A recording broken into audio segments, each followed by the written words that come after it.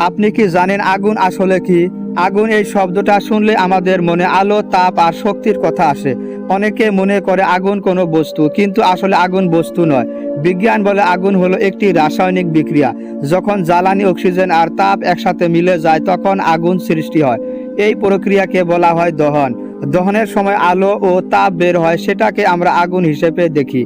আগুনের নিজস্ব কোনো আকার নেই। যে জ্বালানি পরে আগুন তার আকার ধারণ করে। আগুন আমাদের উপকারী হতে পারে, আবার ভয়ঙ্করও হতে পারে। এই আগুনের রহস্য বুঝতে আমরা ধাপে ধাপে বিষয়টা জানবো। আগুন জ্বলতে হলে তিনটি জিনিস একসাথে দরকার। এই তিনটি হলো জ্বালানি, অক্সিজেন এবং তাপ। এদের একটাও না থাকলে আগুন জ্বলে না। এই কারণে পানিতে আগুন নিভে যায়। পানি তাপ কেড়ে নেয় এবং অক্সিজেন বন্ধ করে দেয়। আগুন যত বেশি অক্সিজেন পায় তত দ্রুত ছড়িয়ে পড়ে। এই জন্য বাতাসে আগুন হঠাৎ বড় হয়ে যায়। আগুনের রঙও সবসময় একরকম হয় না। জ্বালানির ধরন অনুযায়ী আগুনের রং বদলে যায়। এইভাবে আগুন ধীরে ধীরে শক্তিশালী হয়ে ওঠে। আগুনের তাপমাত্রা খুব দ্রুত বেড়ে যেতে পারে।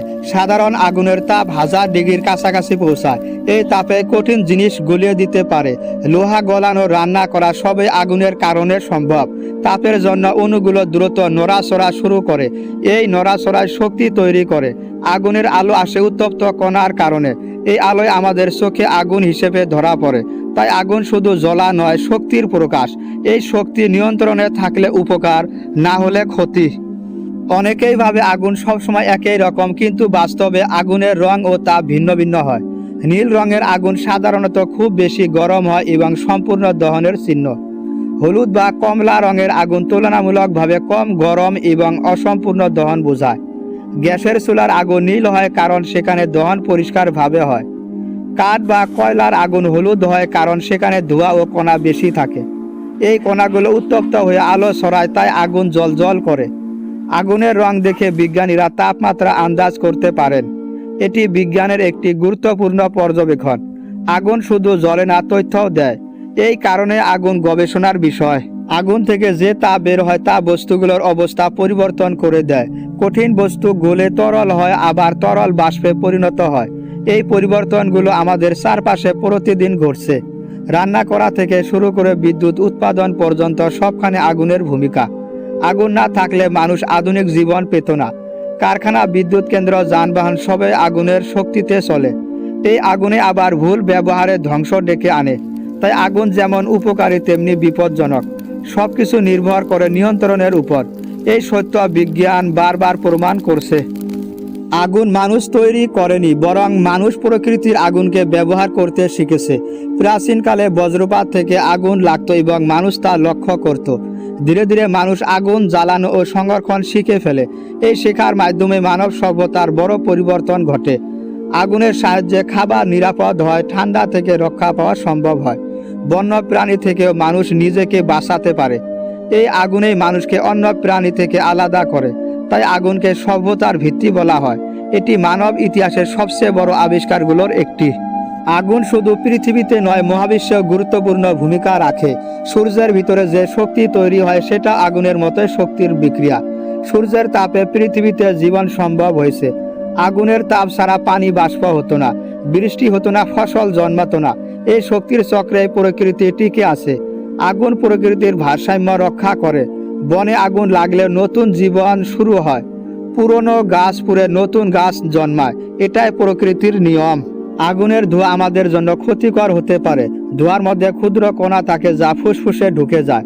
এই কারণে ধোঁয়া শ্বাসকষ্ট সৃষ্টি করে। দীর্ঘদিন ধোঁয়ার সংস্পর্শে থাকলে রোগ বাড়ে। বিজ্ঞান তাই পরিষ্কার দহনের কথা বলে। যেখানে কম ধোঁয়া হবে সেখানে ক্ষতি কম হবে। এই জন্য আধুনিক চুলা বানানো হয়েছে। আগুনের ব্যবহারও সময়ের সাথে সাথে উন্নত হয়েছে। বিজ্ঞান আগুনকে নিরাপদ করতে চায়। মানুষের জীবন রক্ষা করাই লক্ষ্য। আগুন মানুষের আবেগের সাথেও জড়িত। ভয়, শক্তি ও ধ্বংস সবকিছুর প্রতীক আগুন। একই আগুন আলো দেয়, উষ্ণতাও দেয়। এই দ্বৈত চরিত্রর আগুনকে রহস্যময় করে তোলে। মানুষ আগুনকে সম্মান করে, ভয়ও পায়। প্রাচীন সভ্যতায় আগুনকে পবিত্র বলে ধরা হতো। অনেক ধর্মে আগুন বিশেষ অর্থ বহন করে। ইসলামেও আগুনের উল্লেখ আছে। জাহান্নামের আগুন সতর্কবার্তা হিসেবে এসেছে। এটি মানুষকে সাবধান করে।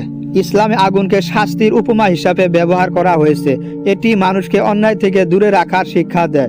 ইসলাম আগুনকে অকারণে ব্যবহার করতে নিষেধ করেছে। আগুন দিয়ে ক্ষতি করা বড় গুনাহ। নবীজি আগুন নিয়ে সাবধান থাকতে বলেছেন। এতে বোঝা যায় ইসলাম নিরাপত্তাকে গুরুত্ব দেয়। বিজ্ঞান ও একই কথা বলে, নিয়ন্ত্রণহীন আগুন ধ্বংস ডেকে আনে। তাই ধর্ম ও বিজ্ঞান এখানে একমত, দুইজনে সতর্ক করে। আগুন থেকে বিদ্যুৎ উৎপন্ন করা হয়। বিদ্যুৎ কেন্দ্র আগুনের তাপে পানি গরম করা হয়, সেই বাষ্প টারবাইন ঘোরায়, টারবাইন থেকে বিদ্যুৎ তৈরি হয়। এই বিদ্যুৎ আমাদের ঘর আলোকিত করে। ফোন, টিভি, ইন্টারনেট সব চলে বিদ্যুতে। আগুন ছাড়া আধুনিক জীবন অসম্ভব। এই শক্তি মানুষের জীবন বদলে দিয়েছে, কিন্তু অপচয় বিপদ ডেকে আনে। সঠিক ব্যবহারে বুদ্ধিমানের কাজ। আগুন পরিবেশ দূষণের কারণও হতে পারে। কারখানার আগুন থেকে ক্ষতিকর গ্যাস বের হয়। এই গ্যাস বাতাসকে দূষিত করে, মানুষ ও প্রাণী ক্ষতিগ্রস্ত হয়। বিজ্ঞান তাই বিকল্প শক্তি খুঁজছে। সূর্য, বাতাস, পানি এসব পরিষ্কার শক্তি, যাতে আগুনের ক্ষতি কমে। পরিবেশ রক্ষা করা মানুষের দায়িত্ব। ইসলামও পরিবেশ রক্ষার কথা বলে। এখানে মিল দেখা যায়। আগুন নিয়ন্ত্রণে রাখতে দমকল ব্যবস্থা তৈরি হয়েছে। দমকল কর্মীরা আগুনের সাথে লড়াই করে, তারা জীবন বাজি রেখে মানুষ বাঁচায়। এটি সাহস ও প্রশিক্ষণের কাজ। বিজ্ঞান তাদের উন্নত সরঞ্জাম দিয়েছে। পানি, ফোন, গ্যাস সব ব্যবহৃত হয়।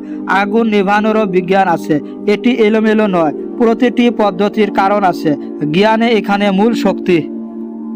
আগুন শিশুদের জন্য সবচেয়ে বিপজ্জনক, তাই শিশুদের আগুন থেকে দূরে রাখতে হয়। একটু অসতর্কতা বড় দুর্ঘটনা ঘটাতে পারে। বিজ্ঞান সচেতনতার উপর জোর দেয়, পরিবারকে সাবধান হতে বলে। ইসলামও নিরাপত্তাকে ইবাদত বলে। নিজে বাঁচা ও অন্যকে বাঁচানো জরুরি। আগুনের সাথে খেলাধুলা নয়, এটি শক্তি খেলনা নয়। এই শিক্ষা সবার জানা দরকার। আগুন মানুষের আবিষ্কার নয়, আল্লাহর সৃষ্টির শক্তি। মানুষ শুধু এই শক্তিকে ব্যবহার করেছে। এই শক্তির পিছনে নিয়ম আছে। এই নিয়ম আল্লাহ নির্ধারণ করেছেন। বিজ্ঞান সেই নিয়ম আবিষ্কার করে, ধর্ম সেই নিয়ম মানতে শেখায়। দুজনের উদ্দেশ্য ভিন্ন নয়, একটি বোঝায় আনটি মানায়। এখানে বিজ্ঞান ও ইসলামের মিল, দুটোই সত্যের পথ দেখায়। আগুন ছাড়া রান্না সম্ভব হতো না। কাঁচা খাবার রোগ ছড়াতো। আগুন খাবার নিরাপদ করেছে, মানুষ সুস্থ থাকতে পেরেছে। এই আগুন মানব জীবনের রক্ষক, আবার ভুল হলে ধ্বংসকারী। তাই আগুন বোঝা জরুরি। অজ্ঞানতা বিপদ বাড়ায়, জ্ঞানে নিরাপত্তা দেয়। আগুন প্রকৃতির পরীক্ষাও বটে। যে নিয়ন্ত্রণ জানে সে বাঁচে, যে অবহেলা করে সে ক্ষতিগ্রস্ত হয়। এই শিক্ষা জীবনের সাথেও মিলে যায়। জীবনের সীমা না মানলে আগুন লাগে। ইসলাম সংযম শেখায়, বিজ্ঞান সতর্কতা শেখায়। দুটোই মানুষকে রক্ষা করতে চায়। আগুন থেকে এই শিক্ষা নেওয়া যায়, এটাই বাস্তবতা। আগুন আমাদের শেখায় দায়িত্বশীল হতে। শক্তি মানেই দায়িত্ব। যে শক্তি ব্যবহার করে তাকে বুঝতে হবে, না বুঝে ব্যবহার বিপদ ডেকে আনে। এই নীতি জীবনের সব ক্ষেত্রে প্রযোজ্য। কথা, ক্ষমতা, অর্থ সব আগুনের মতো। নিয়ন্ত্রণে থাকলে উপকার, নিয়ন্ত্রণ ছাড়লে ধ্বংস। আগুন আমাদের এই শিক্ষা দেয়, চিন্তা করার বিষয়। আজও বিজ্ঞান আগুন নিয়ে গবেষণা করছে। কিভাবে আগুন কম ক্ষতি করবে, কিভাবে পরিষ্কার শক্তি তৈরি হবে, এই চেষ্টা চলছেই। মানুষ উন্নত ভবিষ্যৎ চায়, ইসলামও কল্যাণ চায়। দুটো পথ আলাদা হলেও লক্ষ্য এক, মানুষের মঙ্গল। এই মিল চোখে পড়ার মতো। এটাই ভাবার বিষয়। আগুন কোনো শত্রু নয়, এটি এক বিশাল শক্তি, যাকে বুঝে ব্যবহার করতে হয়। বিজ্ঞান আমাদের বুঝতে শেখায়, ইসলাম আমাদের সতর্ক করে। এই দুই মিলেই পূর্ণ জ্ঞান। আগুন আমাদের জীবন বদলাচ্ছে, আজও বদলাচ্ছে, ভবিষ্যতেও বদলাবে। এই শক্তি চিরন্তন। আগুন আসলে আল্লাহর সৃষ্টি শক্তির একটি নিদর্শন। এটি মানুষকে উপকারও দেয়, পরীক্ষায়ও ফেলে। বিজ্ঞান আগুনের নিয়ম বোঝায়, ইসলাম আগুনের সীমা শেখায়। এই দুই মিলেই পূর্ণ সত্য। আগুন আমাদের শেখায় দায়িত্ব, সংযম ও সচেতনতা। এটি শুধু জ্বলা নয়, শিক্ষা। যে শিক্ষা বুঝে নেয় সে নিরাপদ। এই জন্য আগুন জানা জরুরি। আগুন আমাদের শিখিয়েছে শক্তিকে কখনো হালকা করে নিতে নেই। এই শক্তি যেমন আলো ও জীবন দেয়, তেমনি ভুল হাতে ভয়ঙ্কর হয়ে ওঠে। বিজ্ঞান আমাদের আগুনের কাজ বুঝিয়েছে ধাপে ধাপে। ইসলাম আমাদের আগুনকে সীমা ও নৈতিকতা শিখিয়েছে। এই দুই একসাথে হলে মানুষ নিরাপদ পথে চলতে পারে। আগুন তাই শুধু জ্বলার বিষয় নয়, এটি শিক্ষা ও সতর্ক বার্তা। যে মানুষ আগুনকে বুঝে ব্যবহার করে সে উন্নতি করে, আর যে অবহেলা করে সে ক্ষতির মুখে পড়ে। এই বাস্তবতা থেকে আমাদের শিক্ষা নেওয়া উচিত। এই বার্তা নিয়েই আজকের বিষয় শেষ করছি। আপনি যদি সত্য জানতে চান তাহলে চ্যানেলটি সাবস্ক্রাইব করে সাথেই থাকবেন।